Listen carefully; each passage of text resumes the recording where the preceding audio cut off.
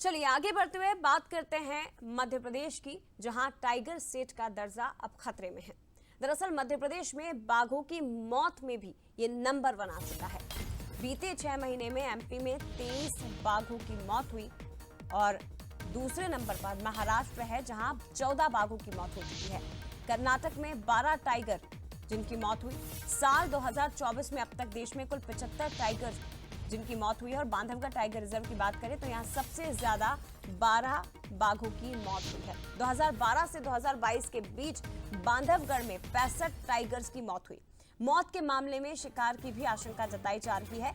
One विभाग की committee में खुलासा हुआ, लेकिन ये बेहद चिंतनीय है कि मध्य प्रदेश जो टाइगर्स के संरक्षण के लिए, बाघों के संरक्षण के लिए नंबर 1 है। टाइगर्स की संख्या यहाँ सबसे ज्यादा है, लेकिन दूसरी तरफ मौत के मामलों में भी ये नंबर 1 है।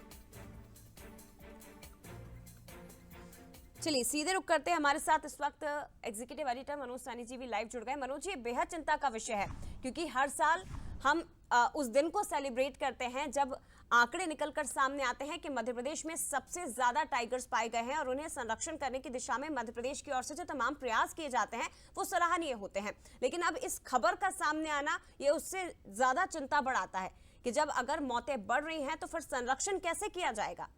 यदि टाइगर सर्वाधिक मध्य प्रदेश में है तो मौत के आंकड़े में भी मध्य प्रदेश सबसे आगे है। यहाँ कर्नाटक की स्थिति ठीक हो जाती, यानी वहां टाइगर बचाने के लिए या टाइगर के लिए जो फोर्सेस काम कर रहे होंगे उनकी स्थिति बेहतर है, लेकिन मध्य प्रदेश की हालत चिंताजनक है।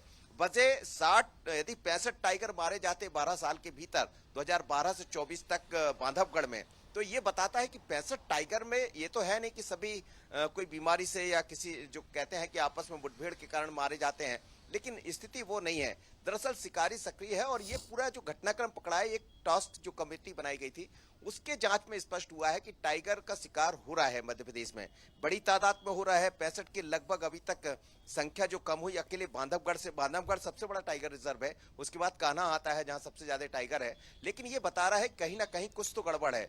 मध्य प्रदेश में आसपास आप बुधनी या आसपास के क्षेत्रों में भी देखेंगे तो खबरें आती रहती कि टाइगर देखा गया। कई बार ये खबरें आती कि टाइगर का वहां शव बरामद हुआ, लेकिन आखिर इसके पीछे वजह क्या है? तो वजह वही है कि पहले जब सरिस्का का मामला आया था उसके बाद टाइगर को बचाने के लिए काफी प्रयास किए गए। उसका कहीं ना कहीं एक अच्छा ये भी कहा जाए रिजल्ट सामने आया कि मध्य प्रदेश नंबर 1 बन गया।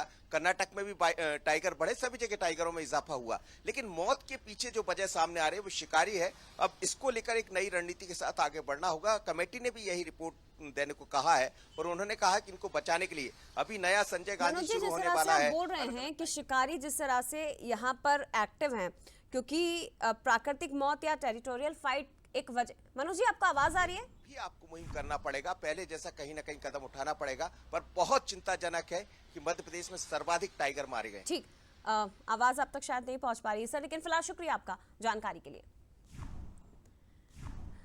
तो बता दें आपको कि मध्य प्रदेश जो कि टाइगर स्टेट में नंबर 1 का दर्जा हासिल किए हुए है, लेकिन यहाँ बांधवगढ़ टाइगर रिजर्व की बात करें तो 2012 से 2022 के बीच 65 टाइगर्स की मौत हो चुकी है और इस मामले में भी एमपी नंबर 1 पर है। हालांकि ये माना जाए कि प्राकृतिक मौत या टेरिटोरियल फाइट इसकी वजह नहीं हो सकती, क्योंकि कई बार मैदानी स्टाफ की भी लापरवाही खुलकर सामने आती है।